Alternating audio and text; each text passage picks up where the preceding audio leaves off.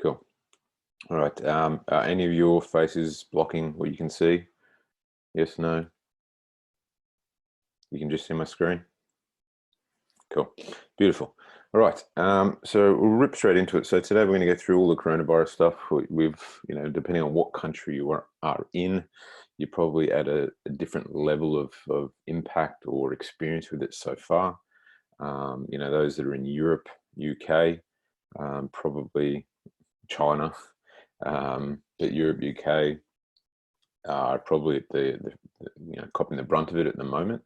And it's filtering down into the other countries thereafter. So, in Australia, we're kind of, I'd say a week or two behind, probably there or thereabouts. So we've kind of got, the ability to see what's happening and be take action rather than being reactive last minute. So, but at the same time, this stuff is kind of like same for the UK, probably Europe's. Italy, France, and that is probably copying the most at the moment. But we'll rip straight into it. So basically, I'm going to go through today what to do to minimize the impact and at the same time take advantage of the opportunity that is arising as a result of it. So basically, what we're going to be going through is how to future-proof your biz, any of your face-to-face stuff, and then obviously into future-proofing your online, plugging the leaky boat, so kind of like a fast action plan for anyone that's got some face-to-face or some opportunities around them.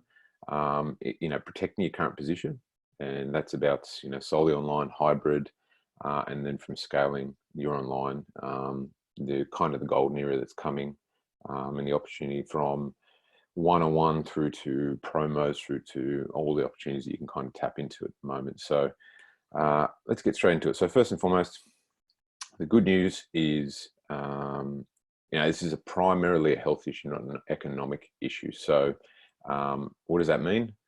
Yes, it's filtering down to, economics, but primarily it's a health issue. What does it mean is that once the health issue is passed, the economy is going to rebound super fast, like record speed. And just as it has done before when it's not primarily or core an economic issue.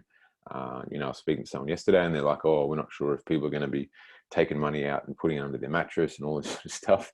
Well, the good news is, like I said, because it's not an economic issue, the cash is still going to be there, right?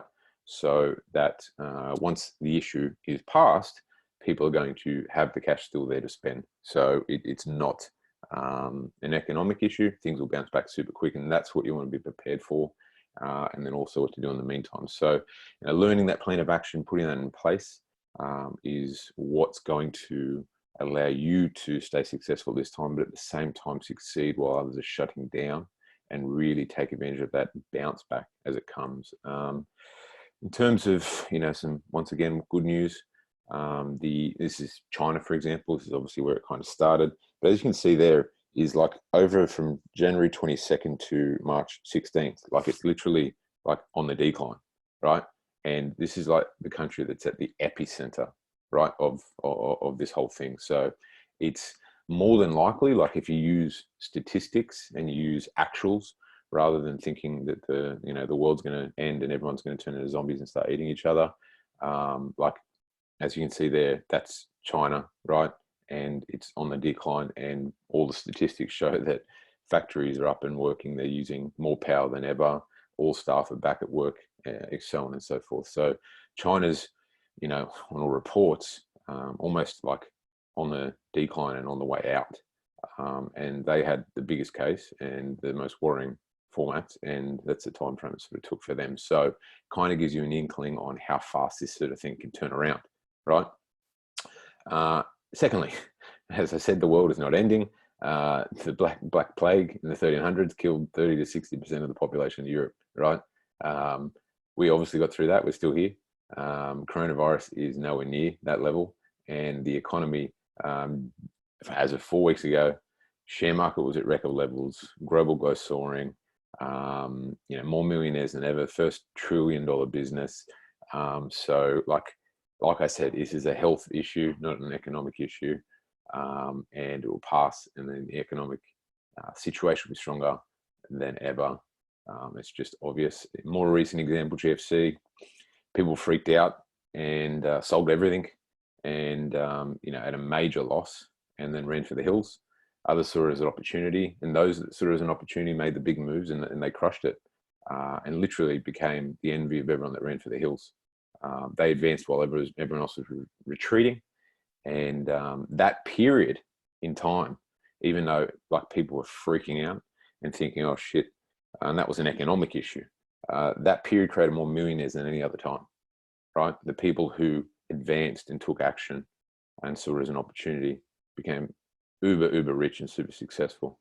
And in fact, those that actually did nothing, those that didn't sell and just held their position and stuck it out, were actually richer today than they were previously, before the peak, right? So it gives you an idea of like those that run for the hills are the ones that actually end up hurting themselves, if that makes sense.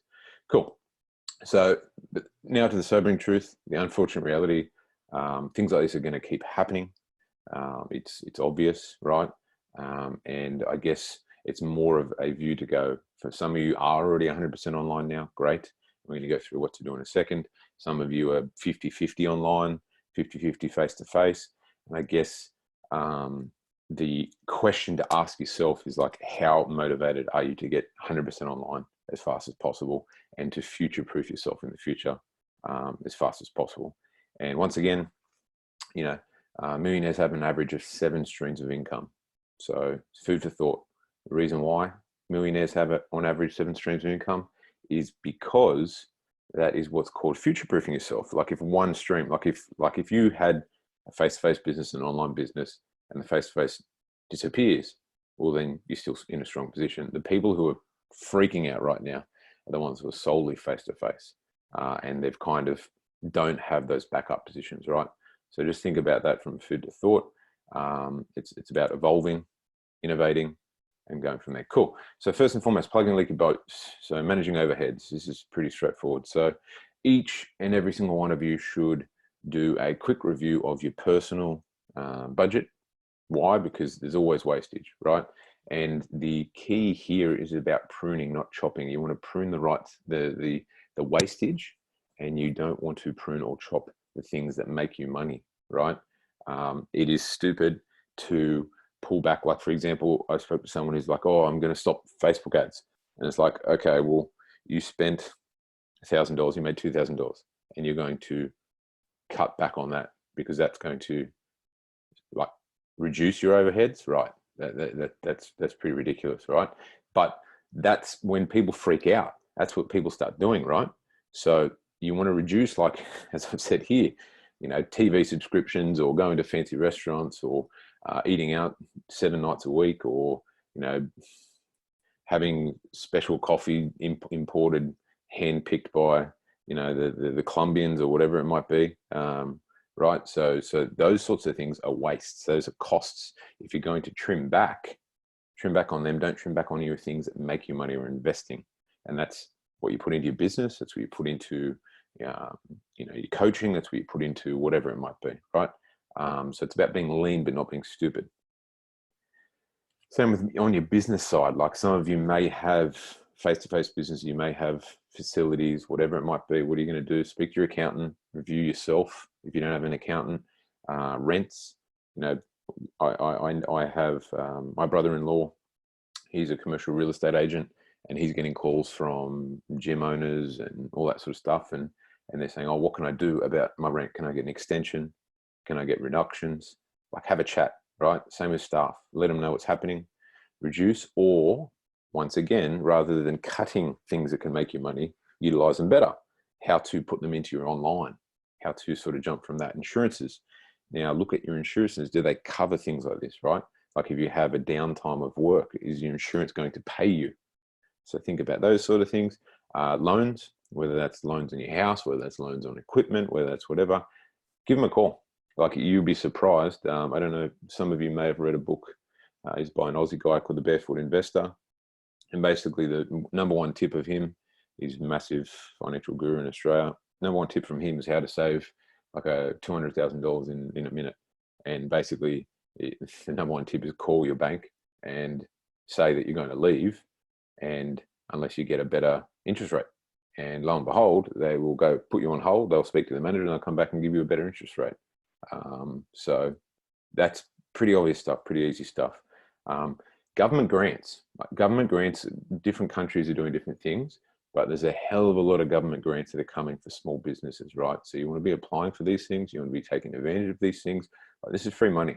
And onto the final one, which is actually really, really exciting, is Mr. Zuckerberg is putting his hands in his pocket and giving out free Facebook ads for free Facebook ad budgets for certain businesses if you apply. Now there's a link that I've got on the screen there. Go to that link, apply, and who knows what it's going to be. I think they're giving away something like, I don't know, $300 million or something worth of ad budget. It's massive, and if you apply, who knows? Maybe you might get $5,000 worth. Maybe you might get $2,000 worth, right? So do that, and that's free money, and you can use those ads to make more money, right? Pretty straightforward. So prune, don't chop, don't do stupid stuff by freaking out, and then you end up making less money. Like it's counterintuitive. So prune your expenses, not your investments. Now, keep focused, keep in regular contact with us guys, like keeping regular contact with the community. That's what the group's about. You're going to hear what other people are doing, the successes they're having, and just that extra one tip, how to make extra income, or whatever it is, it's worth its weight in gold. Don't waste your time on social media at the moment. Don't waste your time watching the media or the hype or all those time vampire black holes that just send you into negative tailspin and get you nowhere, right? So manage your headspace.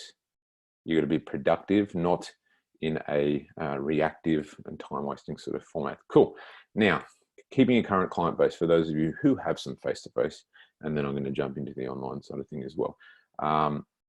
Some of you are actually getting more demand than ever. It's funny, I'm speaking to some people and they're like, I do one-on-one sessions and I've got more than ever because other trainers are just closing down. And attendance is actually up. For those of you who attendance are dropping, what do you want to do? Secure your current client base. That's what I call low-hanging fruit. They're your current clients. Don't let them leave.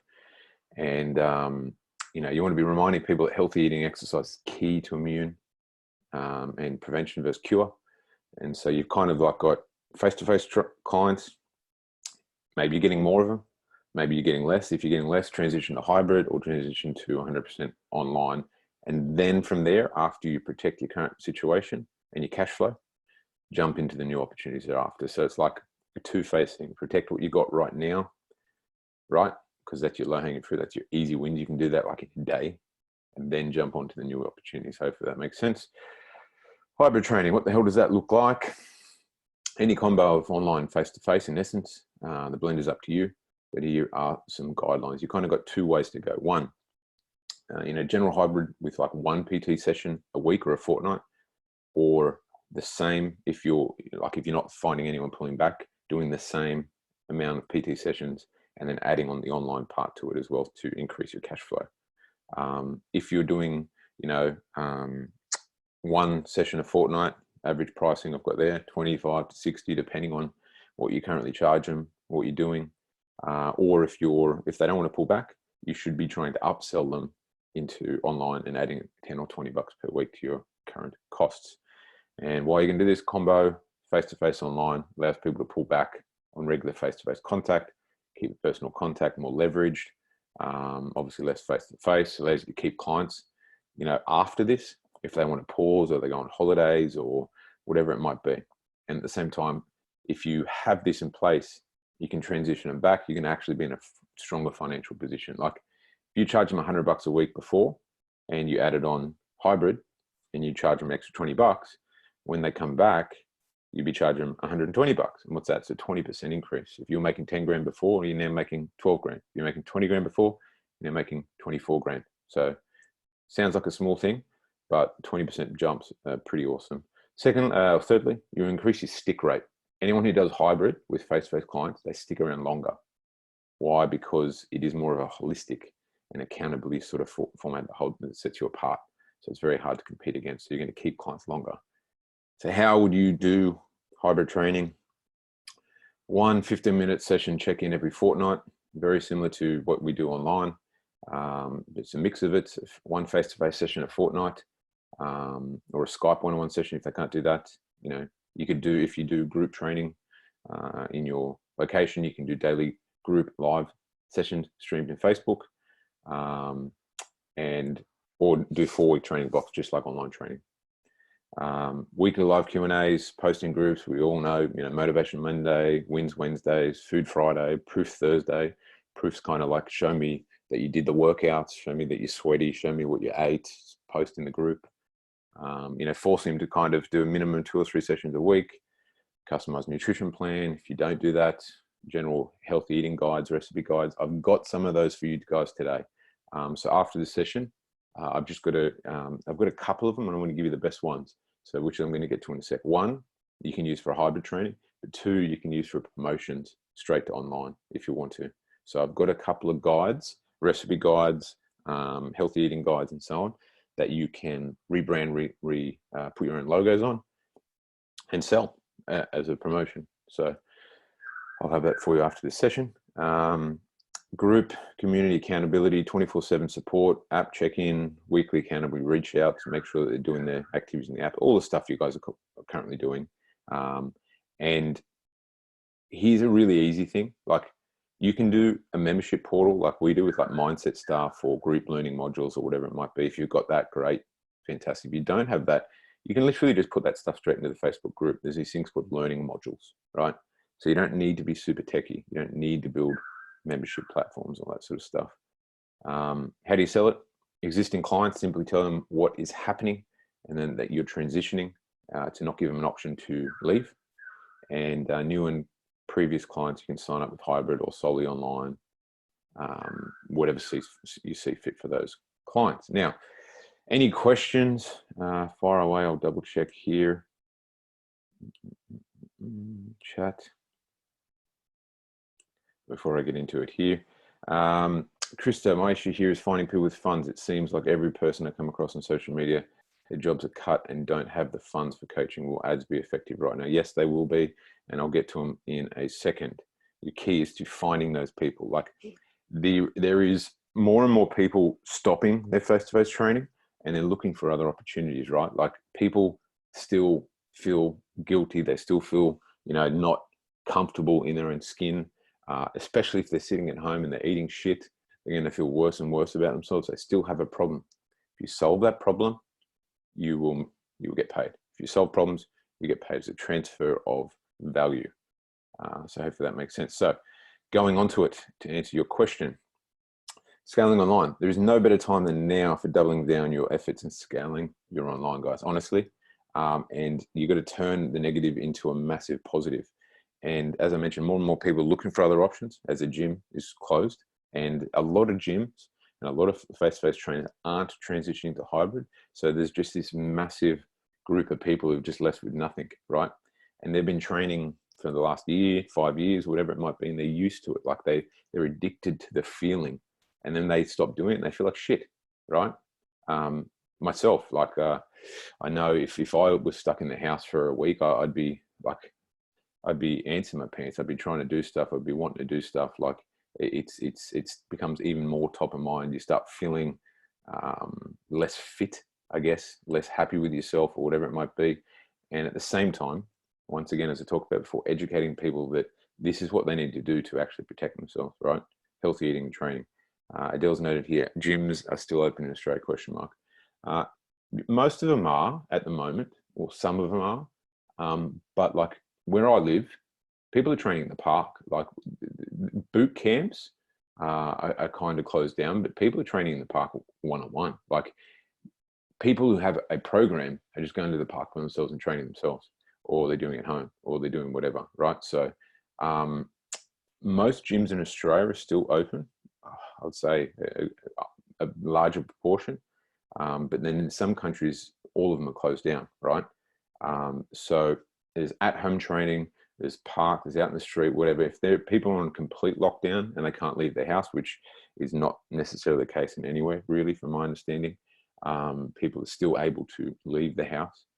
They're just supposed to be indoors or at their home as much as possible. So yeah, there you go. Matt Wolf is noted council run gym is shutting down here. Sydney confirmed last night for sure. I was amazed. We've got a park literally down the road from mine yesterday. Went for a swim because we were just kind of near the ocean, and the park was full of people by themselves training themselves. Right? People still want to exercise. Right? You want to be the person that is solving that problem for them and giving them what they need. And I'm going to get to a couple of examples of that in a sec. So here's the super exciting thing. Online was in a growth phase before, right? It is going to grow even faster now because people need to stay at home. And then after this period, like the exposure of people to getting the exposure of online is going to lift. Like there was people that wanted online coaches before, and then there was a portion of people like, I don't understand online. I've never done online. I don't know if it's going to fit for me. That sounds scary, whatever it might be. All of those people are going to get exposed to online. So what's that going to mean after this is over? The majority of those people aren't going to go back to face-to-face, right? And they're going to have this new exposure. And it's what's called your first movers and your laggers. Your laggers are your people who generally take time to do new things. I'm generally a lagger, like Apple phone. I was probably one of the last ones to get it. I was not one of those people that lined up at the Apple store, camped out for 3 nights to get the first phone. I was probably one of the last. And that's just, there's a natural curve of people who get into things first and people who get into things later. And generally, the mass is the lag people. The mass is the lag people. So no, that's key. And Dom's jumped in on the next point. Exactly right. Ad costs it's looking as though ad costs are actually going to go half. And I repeat that. Ad costs are looking as though they're actually going to decrease by 50%. So you've got on one hand, Mr. Zuckerberg handing out free money for advertising. And on the other hand, ads costs are looking like they're going to half, right? And yep, sorry, jump in. I have an ad that I started 24 hours ago, and for the first time ever, I'm paying $5 per 1,000 impressions. It's crazy. We sometimes pay $70 CPM per 1,000 impressions. Yeah. When it's like around Black Friday and all that sort of stuff, it goes up to like 100. Ours are gone down to like $15, and we haven't seen that for like 4 years. No okay, joke. so I was just wondering why, and so it's because the costs have come down. I'll explain why. So CPM cost per mil, so cost per 1,000 impressions. So the cost it takes for you to get your ad out and in front of someone 1,000 times, right? That's what CPM stands for. Facebook and Instagram is what's called a auction platform, right? There is only a certain amount of people that are on their phone or on their computer or whatever. Let's just call it 1 billion people at any given time, 1 billion active people, right? That are on once a week, right? You cannot show an ad if someone is not there. Like if no one's on Facebook, there's no media, right? But let's just say there's 1 billion people and they're on there once a week, right? That means you have the potential for 1 billion placements of your ad in 1 week. And when people are trying to do ads, everyone's fighting for that 1 billion impressions, right? And when you've got 1,000 companies in there and everyone's wanting to pay lots of money to try and get that impression, what happens is it's an auction basis. So I'll say, oh, I'll pay $20 for a CPM. And then someone says, well, I'll pay $22 and then I'll pay $24. And so basically it just starts jumping up and bumping up, and they prioritize big companies, right? And so when you're spending small, you actually get the drips and the drabs, right? And companies like, let me give you some examples. Companies like EasyJet, I'll give some, I'm not sure if they're bankrupt at the moment. Dom, I'm trying to think of some massive ones from Europe, Ryanair, so on and so forth, like British Airways, Qantas, like these guys, Australian tourism, right? These guys spend millions of dollars per month, right, on ads. And guess what they're doing? Stopping advertising. And what does that do? It reduces the competition. So all of a sudden at auction, like if you think you're at a physical auction and people are like, yep, like half the room's gone. So lo and behold, anyone who's staying around, like the ads, the placements, the people are still there. In fact, the inventory, that billion people that might be online once a week, is gone up because everyone's at home. Everyone's checking this more often. Everyone's going on Facebook more often. So instead of a billion average, let's just say it's now 2 billion. So there's 2 billion potentials for ads, and there's half the people fighting for those ads. So hence why, like, our costs are way higher because we've got a super competitive niche. Like, you guys should be getting ridiculously cheap CPMs. And the cheaper the CPM, the cheaper your cost per lead, the cheaper your cost per client, the higher profitability of your campaigns. So there is actually there's more people who want online. Cost of advertising is more than likely going to halve. So like it's pretty fucking amazing.